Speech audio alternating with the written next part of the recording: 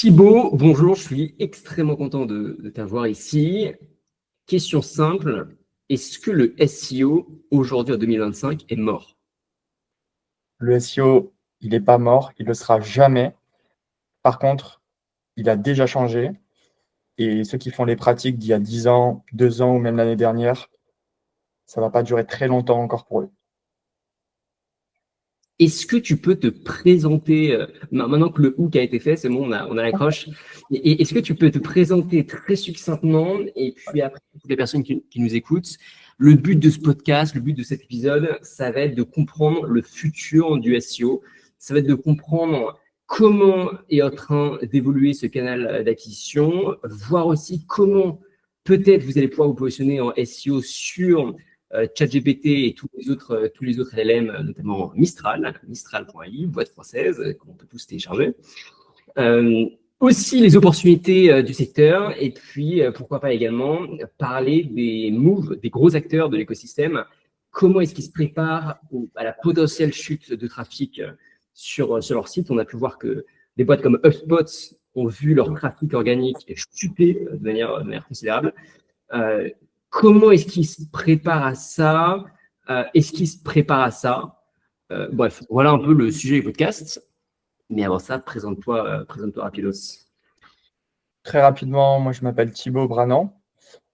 J'ai créé une agence SEO boostée à l'IA avec un positionnement délibérément axé sur l'automatisation avec l'intelligence artificielle. Aujourd'hui, on accompagne tout type de boîte et notre objectif, c'est de créer et de faire ranker ce que nos clients veulent, c'est-à-dire des sites internet, des e-commerce, des marketplaces, avec une structure responsive au niveau du SEO et une exploitation massive du pilier article de blog et informatif pour capter un maximum de trafic qualifié sur des requêtes ultra spécifiques et peu concurrentielles. Et ça fait 2 ans qu'on fait ça et aujourd'hui, on se développe dans tous les pays francophones, en Europe et à l'étranger. Est-ce que tu peux déjà commencer par faire un état des lieux Hmm. global sur l'état du SEO en 2025? Et puis à partir de là, on pourra creuser. En fait, je pense qu'il faut déjà poser les fondations avec la règle la plus importante dans le SEO, c'est que les 3 premiers résultats prennent 95% du trafic. À partir de ce moment-là, on comprend vite que justement les géants comme HubSpot, les gens comme Shopify, et en fait tous ces logiciels, entreprises, souvent des SaaS, qui avaient déjà un flux énorme de visiteurs de par leur product, de par leur audience, bénéficiaient du coup d'une autorité de site internet qui était démentielle. On ne pouvait juste pas rivaliser. Et à partir du moment où ils allaient créer un article de blog sur un sujet annexe à leur solution, ils allaient ranker sur la première page. Et comme il n'y a que 10 positions sur la première page, bah, en fait, c'était souvent David contre Goliath, et on se retrouvait facilement incapable de ranker face à des grosses entreprises. C'est pour ça que le SEO a toujours été recommandé à directement se lancer dans des niches. Il n'y a personne sur YouTube ou sur les réseaux qui recommandait aux gens de se lancer dans la niche, par exemple, des assurances, thématique très concurrentielle. Donc déjà, en fait, il y avait une problématique de, comme les 3 premiers prennent 90% du trafic et plus, comme en prenant ce trafic, ils augmentent leur autorité et en fait, les 3 premiers prennent tout, il y avait tout le temps en fait une sorte d'exponentielle. Les 3 premiers, ils avaient tout et les autres, ils n'avaient plus rien. Et donc, jusqu'à présent, on devait trouver l'entre-deux entre mots-clés avec du volume, de la concurrence, plus ou moins, et justement trouver un bon entre-deux entre rentabilité et potentialité de ranking, en fait. Et donc, jusqu'à présent, ça a été, OK, est-ce que tu choisis d'aller dans un océan rouge ou un océan bleu? Mais l'océan bleu, il n'y a peut-être pas beaucoup de business et d'opportunités futures. Donc, ça, c'était l'état des lieux jusqu'à présent. Maintenant qu'il y a ChatGPT qui arrive il y a déjà plusieurs années, il y a pas mal de personnes qui se sont dit, OK, mais maintenant, en fait, on peut aller dans des petites niches et juste raser la niche parce que je vais aller taper tous les grands mots-clés qui, à l'époque, me prenaient peut-être, je sais pas, 5-6 heures à faire un contenu. Aujourd'hui, c'est quelques minutes à faire un contenu. Et donc, maintenant, on peut capitaliser sur les mots-clés long trend en volume, alors qu'avant, on se concentrait plutôt sur faire quelques articles de blog ultra qualitatifs. Donc aujourd'hui, en fait, il y a un transfert de stratégie et de par ce transfert de stratégie, et ben en fait, il y a des personnes qui peuvent remonter dans la SERP, donc dans les résultats Google, même sur des mots-clés plus compétitifs, parce qu'ils ont un nouvel avantage, un nouvel edge, c'est-à-dire faire du contenu en masse. Donc ça, c'est un petit peu l'état du trafic, l'état du marché actuellement. Il y a une vraie transition entre avant, on se spécialisait énormément et les gros acteurs prenaient tout. Et maintenant, comme on peut faire du volume sur des petits mots-clés, ben en fait, il y a des sites qui sortent qui sont beaucoup plus complets, beaucoup plus précis que des anciens géants. Ma question directement, c'est de dire, c'est bien gentil de faire du volume sur les petits mots-clés, mais si aujourd'hui n'importe qui peut faire du volume sur les petits mots-clés à bas coût, il n'y a plus de course.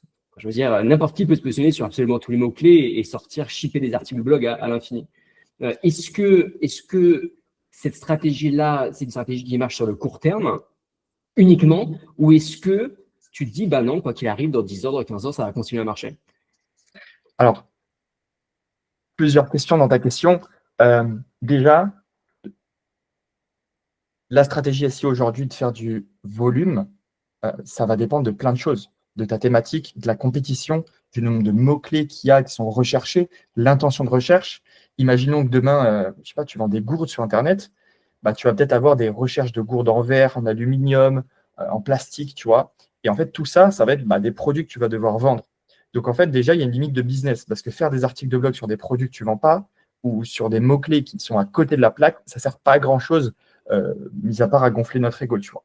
Donc, c'est très important déjà de se dire, OK, est-ce que mon business il est compatible avec les mots-clés? Mais même si demain, je sais pas, on vend des infoproduits qu'on peut à peu près tout créer, le fait de connaître son marché et de connaître en fait, ce que tu vas partager dans ton contenu, c'est aussi une force ou une faiblesse. Parce qu'en fait, il ne suffit pas juste de connecter ChatGPT et Shopify, tu cliques sur un bouton avec un Excel de 400 mots et tu vas ranker premier sur tout. C'est juste, ça c'est le niveau moins 15, tu vois, pour faire du SEO. Parce que ChatGPT, il ne connaît pas les mots-clés, il ne connaît pas la structure, il ne connaît pas ce que les autres concurrents ont fait. Donc en fait, il y a vraiment pour chaque mot-clé, en fait, comme un humain frais, tu vois, aller rechercher l'intention de recherche, etc. Et une fois qu'en fait, tu as créé la bonne bécane, le bon process, ton article, il est optimisé à 80%. Et après, c'est là qu'il va falloir peut-être un peu le retravailler pour avoir une espèce d'âme, tu vois, pour qu'il y ait tes propres conseils. Et donc, pour finir, ça marche très bien sur des niches où les gens se reposent un peu sur leurs acquis ou qu'il n'y avait pas grand monde. On a des niches, nous, qui cartonnent vraiment. Par exemple, une niche que je peux citer comme ça, le dentaire, tout ce qui est dentition, problème dentaire, donc des niches vraiment très corporate, tu vois. Mais en fait, tu as des secteurs d'activité où le SEO n'a jamais vraiment été un sujet, tu vois, je pense les cabinets d'avocats, c'est quand même un peu plus beau, un peu plus poussé à l'intérieur, mais en fait, tu as des vraies niches que tu peux aller rafler. Et après, c'est tout le temps la même chose, Luc, c'est Google, il met en avant les 3 meilleurs. Ça ne veut pas dire qu'il met en avant ceux qui respectent une qualité, tu vois. Des fois, il rank les 3 moins pires, si je puis dire. C'est pas très français, mais tu vois ce que je veux dire. Il suffit de faire mieux que les 3 premiers, avoir plus d'autorité, plus d'ancienneté, plus de liens entrants. Logiquement, tu ranks. En termes de volume, parce que tu as dit tout à l'heure, donc du coup, maintenant, on joue sur un jeu de volume. Est-ce que tu peux nous donner le ratio d'une agence classique, j'en sais rien, nombre d'articles produits et nombre d'employés ou de collaborateurs que tu as? Est-ce que vous arrivez à faire, enfin, quel est un peu le ratio que tu as réussi à craquer de ce que je comprends du début de la discussion? C'est un peu ça la secret sauce. Ouais. C'est quoi votre ratio là-dessus précisément? Alors, déjà, moi, je me concentre vraiment sur moi-même. Du coup, je regarde très peu les offres de mes concurrents, très peu leur système, leur fonctionnement, etc. Mais de ce que j'ai entendu de leads qui venaient directement discuter avec moi, en général, un accompagnement SEO, c'est grand maximum 15 articles de blog par mois. Mais ça, c'est vraiment grand maximum. Tu vois, un article tous les 2 jours, c'est beaucoup. Et après, déjà, ça, c'est le premier facteur. Le deuxième facteur, c'est est-ce que l'agence dit la vérité ou pas? Est-ce que l'agence dit qu'elle utilise de l'IA ou pas? J'ai aussi des personnes qui sont venues de la part de très grosses agences qui m'ont dit ils me facturaient 5 000 balles par mois et ils m'ont fait 15 contenus ChatGPT. Et j'ai envie de dire, on s'en fout si c'est du ChatGPT ou pas. Le but, c'est que ça rank, tu vois. Mais tu vois, il y a ce problème de se dire, si on ne dit pas la vérité, c'est qu'on n'assume pas trop, c'est qu'on n'a peut-être pas trop poncé le sujet, donc on n'est peut-être pas trop professionnel. Et finalement, il y a le truc de se dire, OK, une fois qu'on a la bonne bécane, c'est bien pour faire du contenu, pour faire des articles de blog, mais il y a toujours ce travail de relecture qui, pour moi, est capital. En fait, tu passes d'un article optimisé à 80%, il peut y avoir des petites hallucinations dedans, d'un article qui est super optimisé quand tu repasses à la main dessus. Donc, en fait, nous, on passe environ 10 minutes. C'est à peu près le temps pour corriger un article optimisé, ajouter 2-3 sources à la main et vérifier que tout est bon. Donc, en fait, après, tu prends 10 minutes et tu prends une cadence humaine normale, tu vois, avec des pauses et tout ce qui implique. Mais concrètement, nous, aujourd'hui, juste en termes de logiciel, on peut ship 500 articles de blog par jour sur un site. C'est- Mais ce n'est pas le but, parce qu'en fait, au bout d'un moment, il n'y a pas 10 000 mots-clés dans une thématique, tu vois. Il y en a moins, et après, il faut bien les organiser, justement. Il y a toute cette structure. En fait, pour moi, c'est un accompagnement. C'est pas juste demain, je ne pourrais pas trop créer un logiciel, et c'est d'ailleurs vraiment la problématique que j'ai eue cet été, c'était OK, j'ai une super techno, let's go me mettre en SaaS et avoir du MRR à fond. Mais en fait, le SEO, c'est pas juste avoir des bons articles de blog. Il faut que tu aies la bonne stratégie, la bonne sélection de mots-clés, le bon site internet, avec le bon maillage interne. En fait, j'ai envie de dire, à la fin de la journée, c'est un peu de l'artisanat d'avoir un site internet, mais avec des bons standards et des bons processus, tu peux réussir à faire quelque chose qui est plutôt bien processisé, quoi. Ok, hyper intéressant. Et alors, attends, juste pour revenir sur le chiffre, tu dis donc votre agence est capable de produire 500 articles le jour. Donc Ouais. ça n'a aucun sens évidemment de tous les publier sur une seule truc, mais c'est-à-dire que vous êtes capable de prendre énormément de clients. Enfin, théoriquement, tu pourrais balancer 500 clients avec un article le jour et tu serais déjà largement au-dessus du taux de n'importe quelle agence traditionnelle. Alors, mettons pas les 2 dernières années, mais prenons avant 2022, tu vois, quand il n'y avait pas d'IA à ce niveau-là, donc c'était juste factuellement impossible que des mecs passent par l'IA. Ça implique que tu es quand même capable de, même l'agence la plus vénère à la main, entre guillemets, tu es capable de faire 2 fois mieux qu'eux pour 500 clients, là où une agence, elle cap à peut-être quelques dizaines de clients. Quoi. Ouais, si on parle je résume bien la situation. Ouais, si on parle juste de génération d'articles et de correction très succincte, oui, oui. Ouais. Mais ce qui fait toute la force de l'accompagnement, c'est les petites actions autour. Ouais. Tu peux nous en dire plus d'ailleurs là-dessus? Comment ça se passe concrètement un client qui vient vous voir? Enfin, c'est quoi votre process? Comment ça fonctionne, on va dire, dans la vraie vie, tu vois? Bon, je peux te citer les 5 grandes étapes. Vas-y. Un client arrive, il a un site internet, il a un mot-clé qu'il veut aller attaquer. On Ok. regarde les 3 concurrents, on regarde leur structure de site pour avoir l'infrastructure. Ensuite, quatrième point, on va venir récupérer les 100 sites internet qui sont les mieux positionnés sur le mot-clé qu'il nous a donné. On extrait leurs 100 meilleures pages. Donc, ça nous fait plus ou moins plusieurs milliers de pages des fois. Hein. On a une grande échelle. Ça peut aller entre 1000 et 10 000 pages, donc 10 000 mots-clés. Du coup, on a la structure des meilleurs, les mots-clés des 100 qui arrivent à se positionner sur ce mot-clé. Et après, on prend tous les mots-clés des concurrents, on les positionne dans une architecture, donc dans des silos, donc dans des silos sémantiques, dans des catégories. On va avoir par exemple, je sais pas, vêtements de sport, équipements de sport, accessoires de sport, par exemple. Après, on clique sur le bouton, on génère, on corrige le site, on corrige les articles de blog, on publie et on rajoute des backlinks dessus, donc des liens entrant d'autres sites. Et voilà, c'est aussi simple que ça. Ok. Ok. Hyper cool. Enfin, hyper clair. Euh, Et attends, juste la question que je me posais du coup, c'est votre accompagnement. Quand tu dis ça, tu le fais en une fois, tu publies tous les articles, ou du coup vous publiez tous les X jours, un peu méthode classique, entre guillemets? Bah, justement, jusqu'à présent, en fait, dans le SEO, moi, ce qui me surprend tout le temps, c'est que c'est le moyen d'acquérir des visiteurs, des prospects et des clients le plus ancien d'Internet. Littéralement, le SEO, c'est le plus vieux canal d'acquisition. Et en 25 ans, 30 ans, il n'y a pas grand-chose qui a évolué, en fait. Et les plus grandes choses qui ont apparu, c'était les mises à jour de Google où les gens se faisaient corriger négativement leur site. Et du coup, euh, moi, j'arrive dans ce milieu-là il y a 3 ans, j'entends plein de mythes j'entends plein de rumeurs comme quoi ne surtout pas publier plus de 4 pages par jour, sinon Google va te prendre en spam. Du coup, j'ai pris mon site internet, j'ai publié 2500 pages, 2500 fiches produits. D'ailleurs, j'ai documenté ça sur YouTube. Et en fait, je suis passé de 0 à 100 000 visiteurs en un an sur le marché français uniquement avec du contenu IA. Et pour les experts SEO sur LinkedIn, c'est jamais assez, donc ça ne prouvera jamais ça. En attendant, j'ai passé 3 mises à jour de Google et j'ai jamais pris une seule correction négative. Parce qu'en fait, il y a un vrai travail sur la création du logiciel et le prompting, etc. Et donc, en fait, pour répondre à ta question,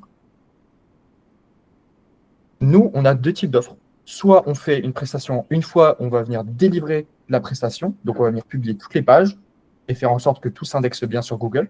Ou alors, si les entreprises elles veulent lisser leur investissement sur plusieurs mois ou même sur l'année, ben, on va venir planifier les articles et tous les lundis matins à 6 heures, les articles sont publiés pour la semaine et voilà.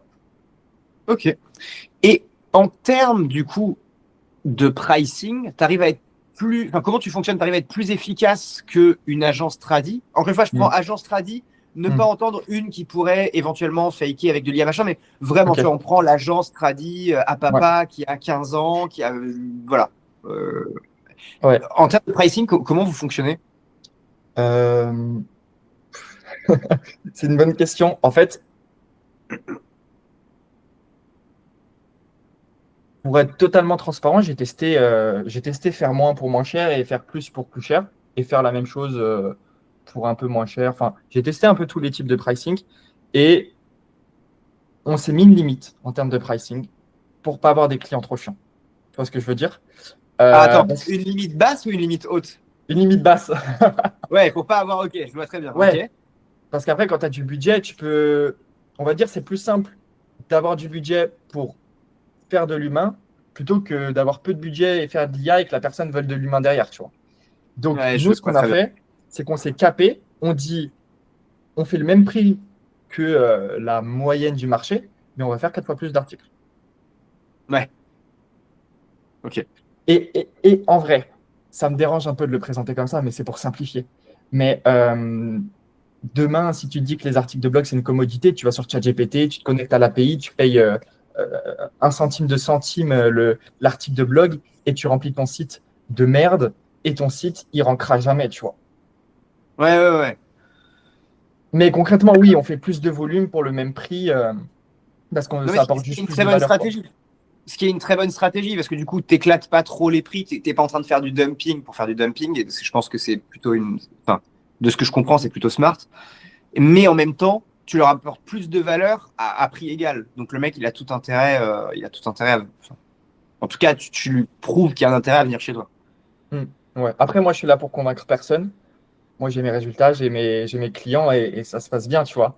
Et c'est Ah pour ouais, ça non, que, mais en fait, ouais, nous, moi, je pose c'est un des questions pour. milieu, c'est un milieu très, très, très ancien où ça prend du temps à se faire une place, quoi.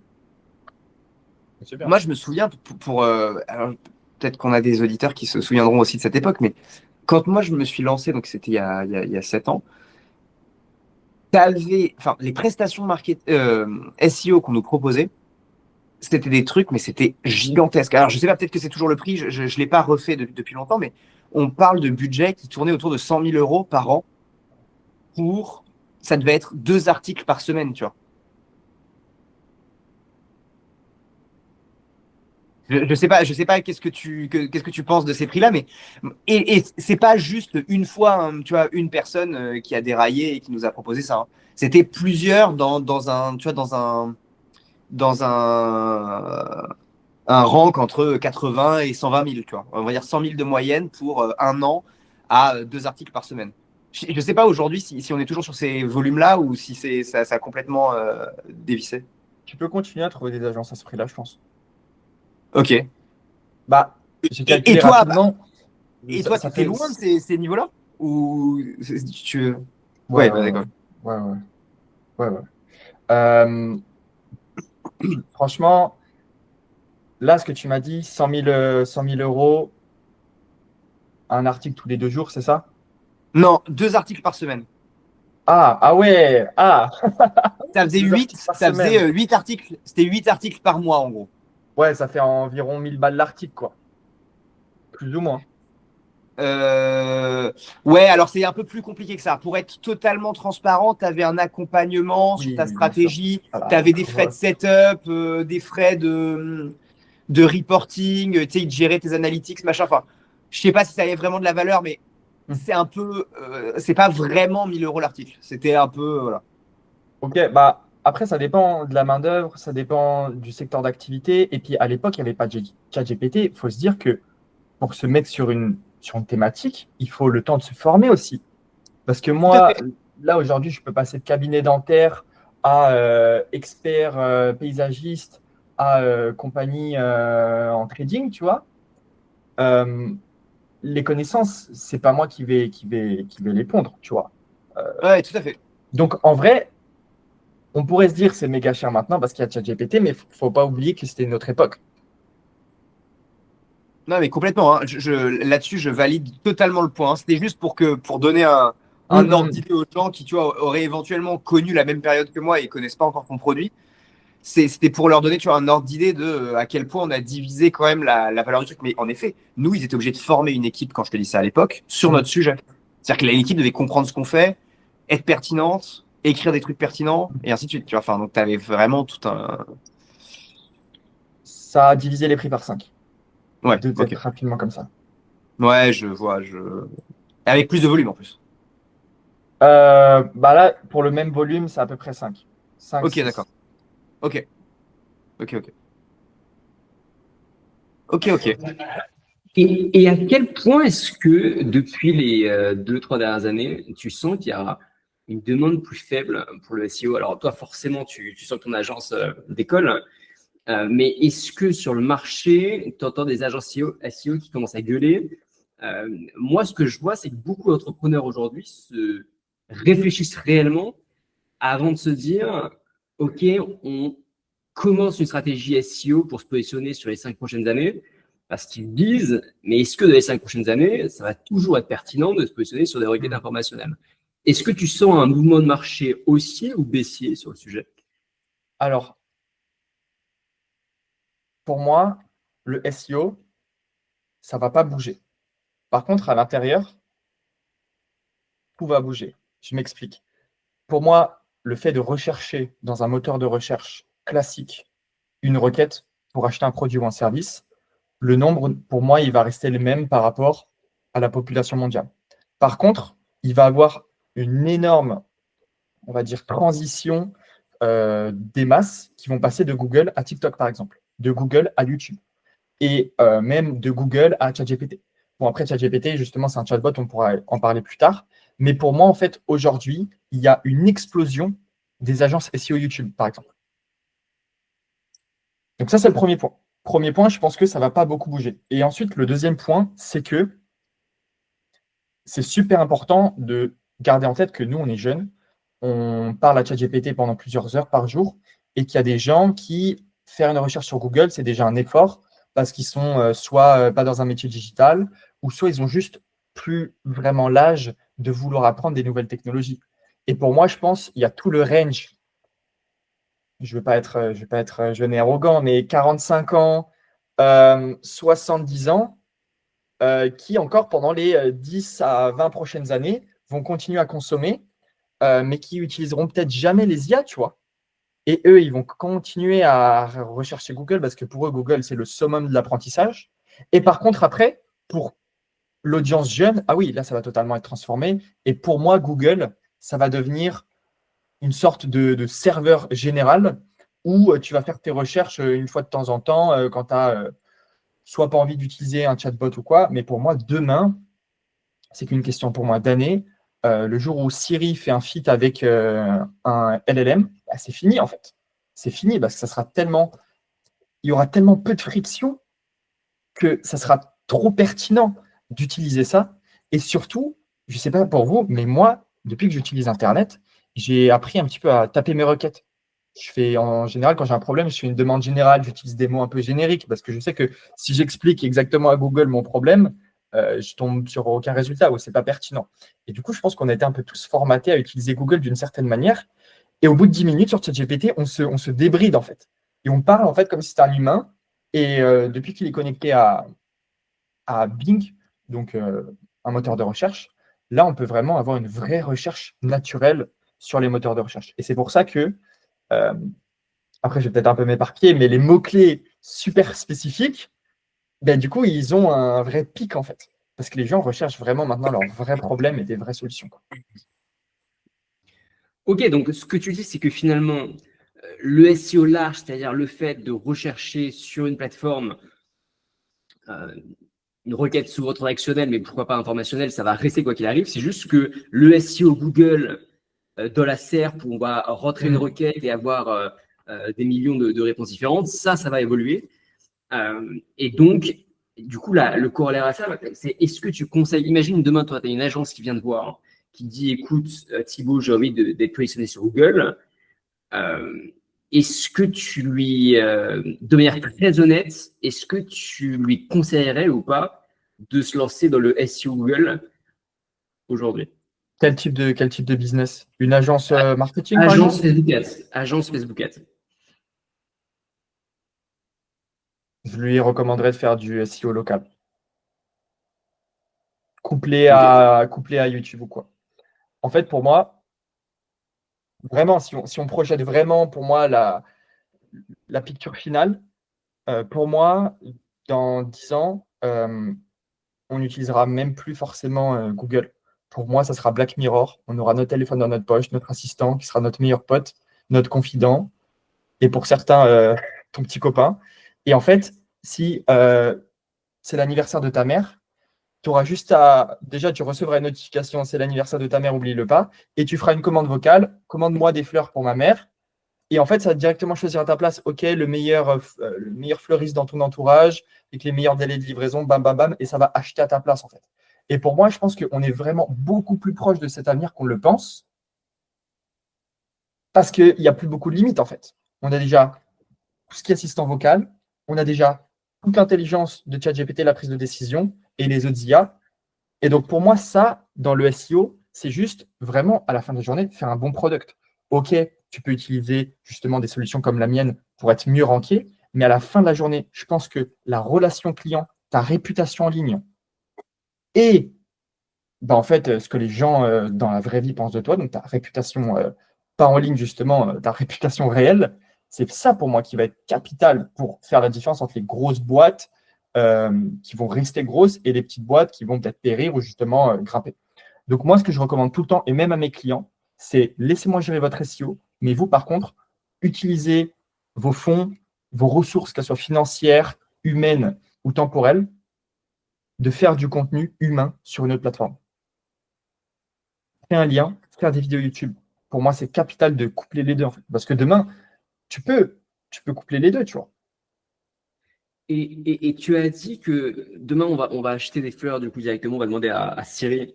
Siri va acheter des fleurs, mais de base, Siri va aller regarder forcément sur une sorte d'énorme annuaire ou directement Ouais, sur Google. ouais. Comment ça se passe? Perplexity le fait déjà. Mm. Comment est-ce qu'on peut se positionner pour être cité par les Ouais, LLM? très bonne question. Franchement, c'est la question qu'on me pose le plus en ce moment. Je pourrais faire vraiment un top 10 rapide. Premièrement, indexer son site sur Bing, ChatGPT, Microsoft, Bing, ChatGPT, Bing, concrètement. Premier point. Deuxième point, viser large, faire des pages sur tous les sujets de votre thématique. Ensuite, faire quand même plusieurs dizaines d'articles de blog pour quand même être présent sur toutes les requêtes. Et ensuite, travailler son SEO local à fond, travailler sa réputation à fond. Tout ce qui est Captera, Trustpilot, tout ce qui est avis en ligne, ça, c'est de la bénédiction. Ensuite, utiliser ce qu'on appelle des parasites en SEO, donc tout ce qui est LinkedIn, Reddit, Quora, Medium. C'est toujours bien de pouvoir se faire des auto-articles de presse. Et après, aller viser justement des requêtes ultra, ultra spécifiques sur des sites qui sont dans la même thématique, tu vois. Si par exemple, demain, il y a 10 forums super connus, mais ça reste en fait un peu la base du SEO, tu vois. Avoir une bonne réputation dans la SERP, c'est super important. Et finalement, le dernier point, et ça, c'est vraiment le Graal pour moi, et c'est en cours d'expérimentation. Pour vous expliquer rapidement, sur un site internet, on a un document qui s'appelle le sitemap. C'est en gros un document qui liste toutes vos URL de votre site pour que le robot de Google puisse y accéder plus facilement. Et en ce moment, il y a une proposition qui est en train d'être faite, il me semble que c'est aux États-Unis, qui n'est pas le sitemap.xml, qui est le llm.xml ou quelque chose comme ça. C'est justement un document sous forme de Markdown, si je ne dis pas de bêtises, donc c'est un autre format que l'HTML, qui nous permet de donner à l'IA le cœur de nos informations et les sujets de nos pages. Et grâce à ça, en fait, les IA, comme le feraient par exemple les bots de Google, vont pouvoir aller checker ton site beaucoup plus rapidement, tu vois, sans avoir des captchas et autres protections, pour directement prendre les informations et voir s'ils vont te citer. Et donc, ça, c'est déjà très intéressant. Pourquoi? Pour faire de la citation directe, mais c'est surtout très intéressant pour rentrer dans les datasets. Parce qu'aujourd'hui, en gros, pour faire vraiment très, très simple, je ne suis pas du tout un expert de ça, mais les IA, elles ont deux moyens d'avoir des informations dans leur dataset, ou alors, quand elles vont aller regarder dans la SERP quels sont les meilleurs résultats. Et du coup, si tu arrives à te positionner sur les deux, je pense que c'est jackpot. Hyper intéressant. Et est-ce que tu as beaucoup de personnes qui viennent te voir et qui disent, qui sont sceptiques? Et est-ce que tu en as de plus en plus? Comment ça se passe au niveau de la prospection des personnes qui viennent te voir? Moi, je ne prospecte pas, je n'envoie pas de messages, j'expérimente sur mon site, sur le site de mes clients, je fais des vidéos YouTube, pas montées, je fais des posts LinkedIn sur ce que je fais, et les gens qui sont convaincus, ils viennent me voir. Et je pense que mes résultats, ils font réfléchir certaines personnes qui font du SEO à la main, et elles y voient l'opportunité. Mais il y a encore des milliers de personnes sceptiques. Et ce qui est assez drôle, c'est que tous mes détracteurs, on va dire, sur LinkedIn et mes autres réseaux, c'est que des gens qui font du SEO.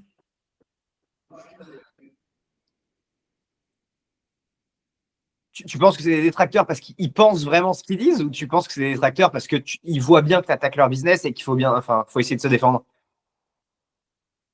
Attends, tu peux répéter ta question?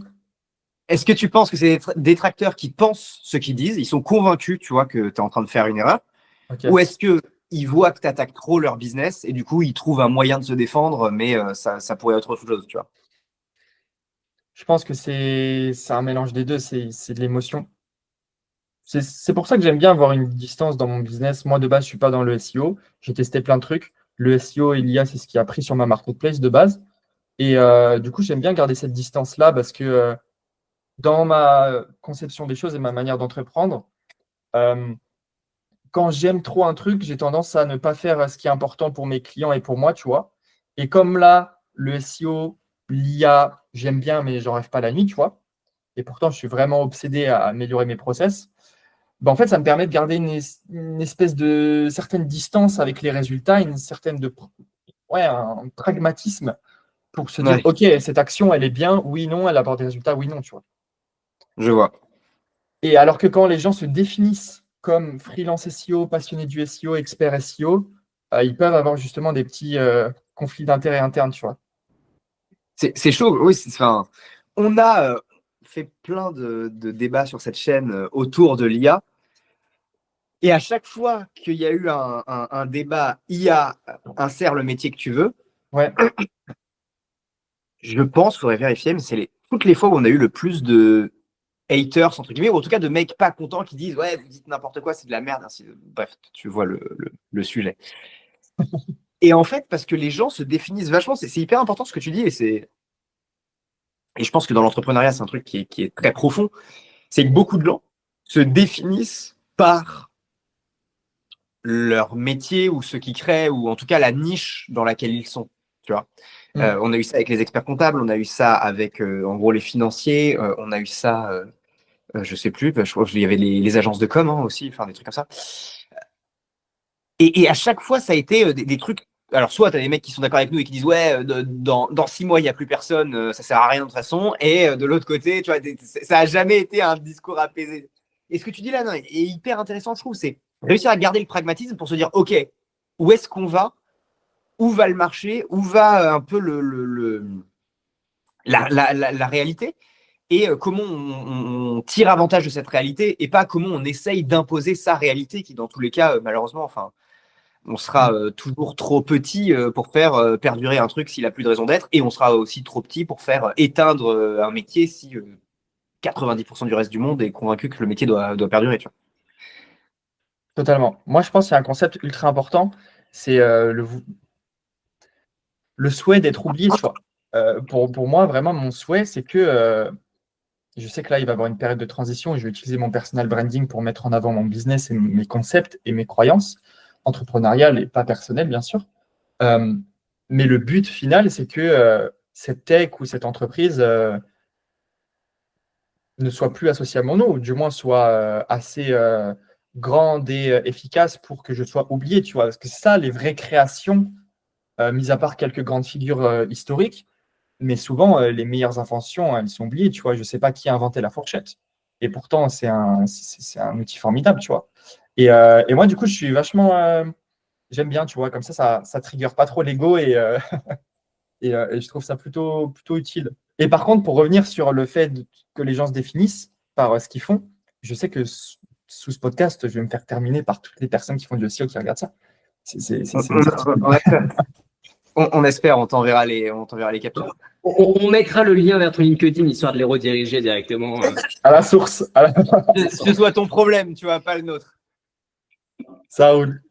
Mais justement, comment est-ce que tu vois la suite, le futur de ton métier, des agences SEO?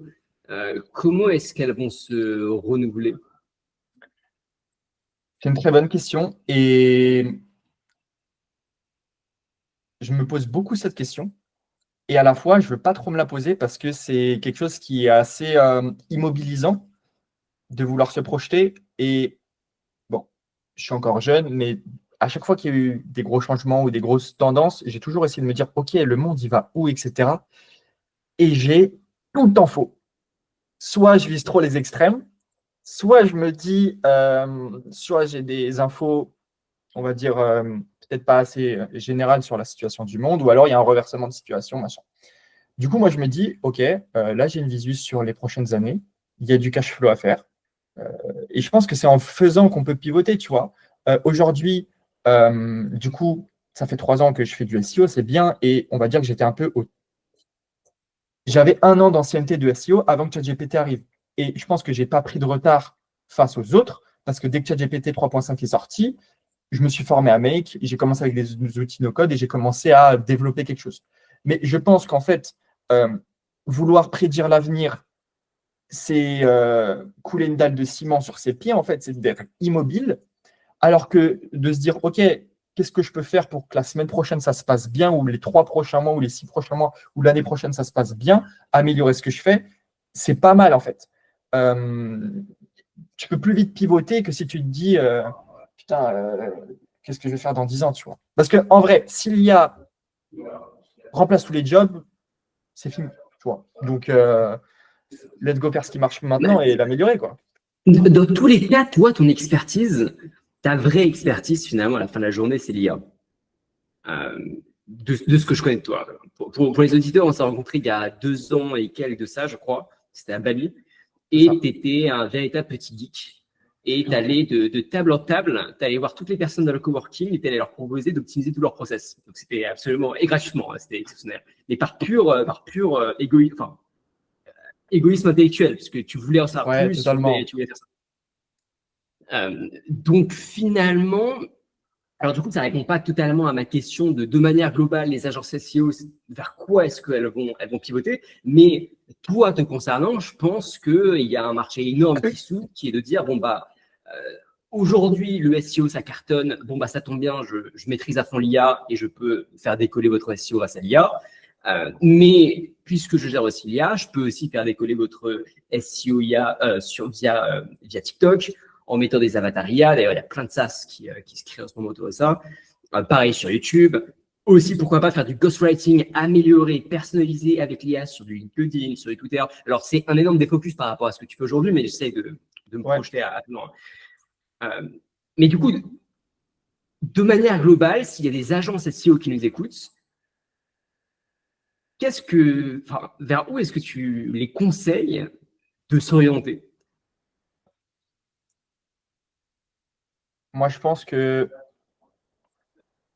winner take all, et je pense que vraiment être spécialisé. J'ai rencontré un ami entrepreneur justement qui, lui, est uniquement spécialisé dans les cabinets comptables et juristes.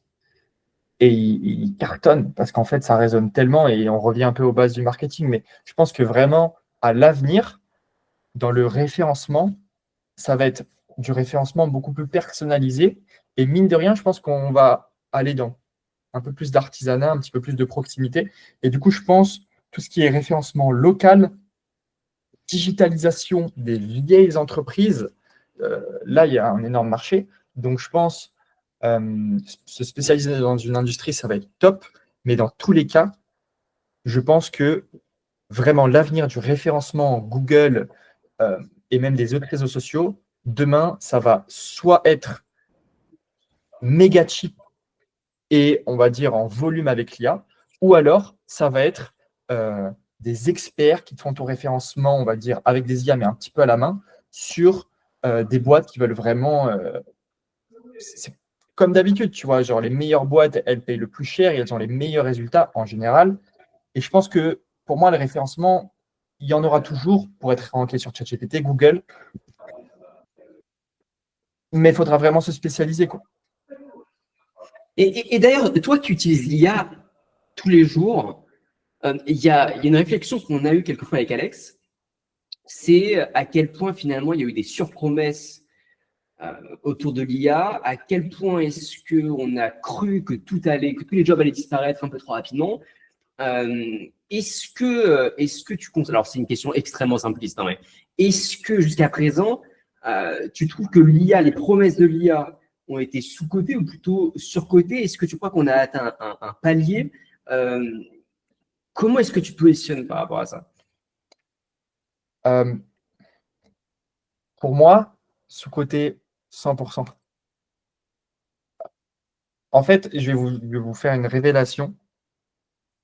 On a décidé de rester sur un logiciel en no-code à 80% parce que les IA évoluent tellement vite. On a tellement des mises à jour de Claude, Mistral, ChatGPT, DeepSeek, Qwen, qu'on préfère garder les coûts, l'instabilité et les défaillances d'une solution no-code et pouvoir pivoter rapidement sur des nouveaux modèles pour toujours rester à la pointe en fait, des meilleurs contenus, plutôt que passer sur un logiciel en dur qui est méga scalable. Et là, on peut faire des milliers d'articles par heure, tu vois.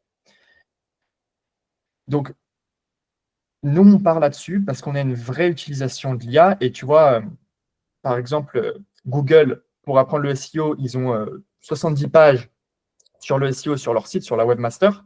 Et toutes les IA ont leur doc. Tu vois. À chaque fois que je branche une nouvelle IA, je prends 2 jours pour relire toutes les docs, pour faire des bons prompts et pour comprendre vraiment comment elle fonctionne, comment on peut la prompter au mieux, tu vois. Et en fait, mais vraiment, mais ça va tellement vite. Et quand dans tous les podcasts, les gens disent ça va tellement vite, c'est ça va tellement vite. Là, Claude est sorti.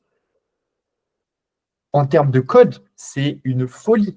Et on sait que nous, par exemple, un petit hack qu'on fait pour faire exploser les visiteurs et les leads de nos clients, c'est qu'on fait plein d'outils gratuits sur leur site, tu vois. Sur mon site SEO, tu as un compteur de caractères, tu as un générateur de titres, générateur de métadescription, tu vois, des petits outils gratuits que les gens recherchent rapidement, tu vois, des convertisseurs, des compresseurs d'images, etc.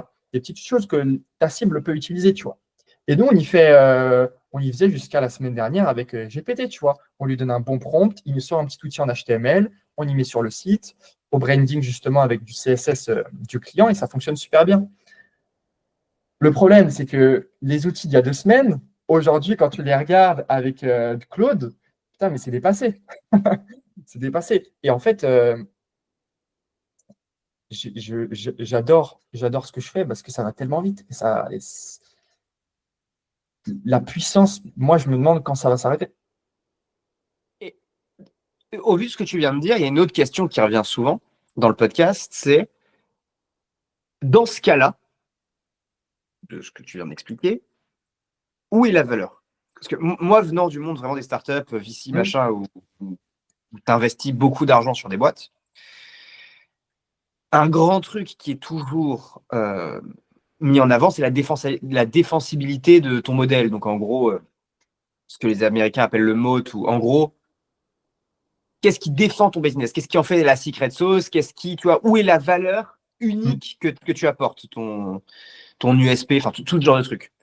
Ouais. Sauf que là, je mets les modèles LLM de côté parce que eux sont pour moi la source de la question et pas ça, on y reviendra après éventuellement. Mais dans tous les autres business, du coup, où se situe la valeur? Parce que pendant longtemps, la valeur, elle s'est située sur la qualité de la tech. C'est-à-dire que à deux CRM équivalentes, avec à peu près les mêmes fonctionnalités, c'était la qualité du produit, lequel était le plus malin, et puis lequel faisait le meilleur marketing, et ainsi de suite. Mais avec la vitesse à laquelle les choses évoluent actuellement, la vitesse à laquelle on est capable de coder des trucs, la vitesse à laquelle on est capable de hacker du marketing encore plus vite que sur les 10 dernières années, encore plus vite qu'avec les réseaux sociaux, enfin en utilisant les réseaux sociaux, mais en faisant des trucs, voilà. Où se situe la valeur et où se situe une éventuelle stabilité qui dit, bah, ok, je suis chaud pour mettre 10 millions dans ce business. Pour moi, c'est la relation et l'identité que les gens ont en consommant ton produit ou ton service. Aujourd'hui, Donc, en gros, aujourd'hui, personal branding et personal branding, quoi. ouais, relation que tu développes avec tes clients, tu vois. Nous, aujourd'hui, notre promesse, c'est de skyrocket les leads, les visiteurs et la visibilité de l'entreprise. Par contre, on ne garantit absolument pas les conversions parce que ça, c'est un autre business. C'est l'optimisation du taux de conversion. Là, il faut revoir l'offre, etc. C'est pour ça que nous, on ne prend que des clients qui ont un business qui fonctionne. C'est pour ça qu'on n'a pas des prix qui sont 4 fois moins chers que ceux du marché. Pour moi, aujourd'hui, n'importe quel business, comme il va avoir vraiment une inflation du marketing et du SEO, concrètement, et je sais que j'y participe, euh, pour moi, en fait, les leads que tu captes dans ta newsletter, dans ta prise de devis, par exemple, ça va être au responsable ou au community manager de développer une vraie personal brand, une vraie relation pour moi. Parce que Ok. demain, moi, avant que je n'avais pas créé mes outils gratuits sur mon site, j'utilisais le site que je préférais ou que de l'expert qui le mettait en avant dans une de ses vidéos, tu vois. Donc, je pense qu'en fait, OK, il va avoir demain beaucoup moins de barrières à l'entrée pour créer des outils, pour avoir des visiteurs, etc. Mais pour garder l'attention des gens, pour les retenir, c'est ça qui va être dur, tu vois. Parce que les gens, ils baissent d'attention. Demain, enfin, à peu près toutes les semaines, j'ai l'impression sur le marché américain, il y a une nouvelle star, tu vois. Il y a une nouvelle star, il y a une nouvelle personne qui fait le buzz. Elle est en tendance pendant 2 semaines. Et après, tout le monde l'oublie et elle tombe dans les méandres d'Internet, tu vois. Et j'ai l'impression que c'est encore plus un skill de garder l'attention de quelques milliers de personnes plutôt que capter 10 millions de personnes, tu vois. Ouais, je vois ce que tu veux dire. Je vois complètement ce que tu veux dire. Du style, en ce moment, et moi j'ai vraiment eu le truc à l'époque où TikTok est sorti, donc on va dire un an et demi avant ChatGPT, enfin, TikTok était sorti avant, mais où ça a vraiment explosé en Europe, où tu pouvais très rapidement avoir plein de gens, mais et garder et rester pertinent, c'était vraiment un autre sujet, si tu veux. Et tenir entre guillemets, au haut niveau, c'est vraiment un énorme sujet. Là-dessus, je suis entièrement d'accord avec toi. Parce que pour rester en tendance, faut de la substance, enfin, faut des concepts, faut des idées, faut des résultats, faut un univers. Et ça, c'est des choses qui se travaillent, tu vois. Et ça demande, et c'est ça le vrai game, j'ai l'impression. Parce que dans un monde en vrai où demain, tous les CRM, pour moi, ça sera vraiment des commodités, et aujourd'hui, ça l'est plutôt pas mal, réussir à garder l'attention des gens, c'est un vrai skills. Ouais, ouais, non, mais je entièrement d'accord avec toi. Et Ok. j'ai pas de question. Peut-être Ouais. juste finir par le fameux The Next Big Shit, même si tu y as déjà répondu, mais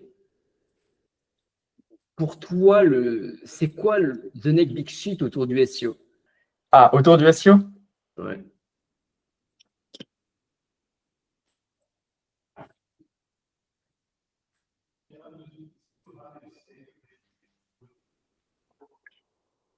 Bah, c'est un peu obvious, tu vois, mais autour du SEO Google, parce que, attends, faut qu'elle soit précise la question. Autour du SEO Google. Autour du SEO Google, les sites de personal branding. C'est vrai que c'est pas bête, Attends. ça, les sites de personal branding. J'en ai de plus en plus en demande.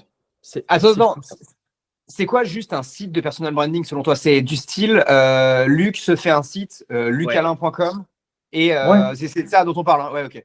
Et tu fais des articles de blog sur toi, sur qui est Luc Alain, combien gagne Luc Alain, quelle est la routine de Luc Alain. Tu fais quelques pages comme ça tu feeds un peu les LLM. Et par contre, après, tu parles de sujets, justement ton podcast, ton entreprise, etc.